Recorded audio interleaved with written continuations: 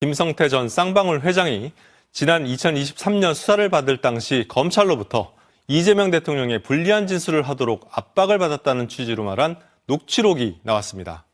이재명 대통령은 이 녹취록 내용을 보도한 기사를 SNS에 공유하며 검찰 수사를 비판했습니다.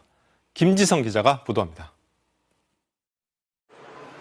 해외 도피 생활을 이어가다 지난 2023년 초 국내로 송환되기 직전만 해도 김성태 전 쌍방울 회장은 이재명 대통령을 잘 모른다고 했습니다.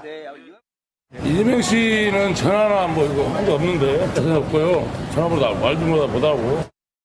하지만 800만 달러 대북 송금 사건을 두고 이어진 검찰 수사와 재판에선 이 대통령에게 불리한 진술을 하기 시작했습니다. 북한에 돈을 보냈을 당시 경기도지사였던 이 대통령이 방북 비용 대납을 알고 있었다는 취지로 진술한 겁니다. 그런데 김 전 회장이 구치소로 접견을 온 지인들에게 검찰로부터 진술 압박을 받고 있다는 취지로 이야기한 사실이 확인됐습니다. 2023년 3월엔 검찰이 계속 무언가 내놓으라 한다고 운을 떼더니 차라리 이 대통령에게 돈을 준 게 있으면 줬다고 하고 싶다고 말합니다. 같은 달 면회를 온 또 다른 지인에겐 검찰이 불러서 협박할 수 있으니 각오하라고 주의를 주기도 했습니다. 지금까지도 해외 도피 중인 대북 송금 사건의 또 다른 핵심, 배상윤 KH 회장과 검사실에서 통화를 했다고 하는가 하면 북한에 돈 줬다고 하는 게 차라리 형이 싸다, 사실대로라는 말을 공범 관계인 안부수 아태협 회장에게 전하라고 하기도 합니다. 이 같은 녹취는 최근 법무부가 이른바 연어 술파티 진술 회유 의혹을 감찰하는 과정에서 드러났습니다.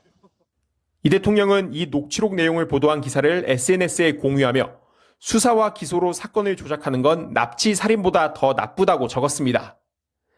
민주당도 재판이 중지된 이 대통령 대북 송금 사건을 공소 취소해야 한다고 주장했습니다.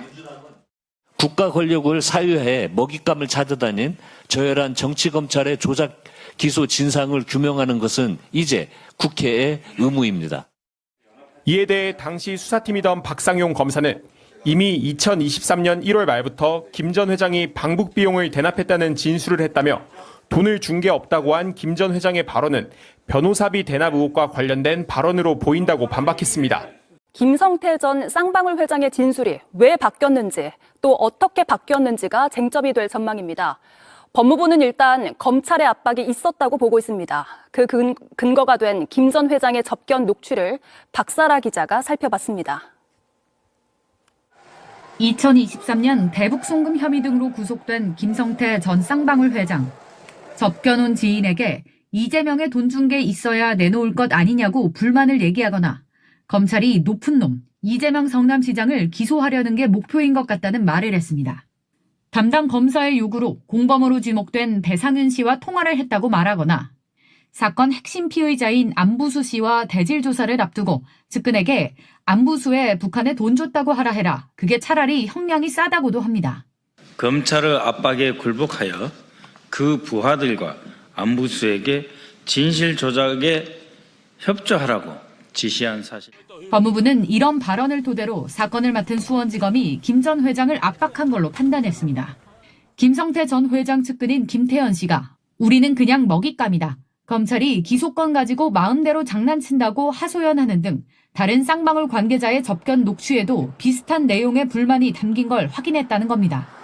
법무부는 또 교도관들 조사를 통해 진술 회유를 위한 연어 술 파티도 실제 있었던 걸로 보고 있습니다. 이에 대해 수사를 담당한 박상용 검사는 JTBC에 해당 녹취 시점 이전에 김성태에게 자백을 받았는데 추가로 압박할 이유가 없다고 반박했습니다.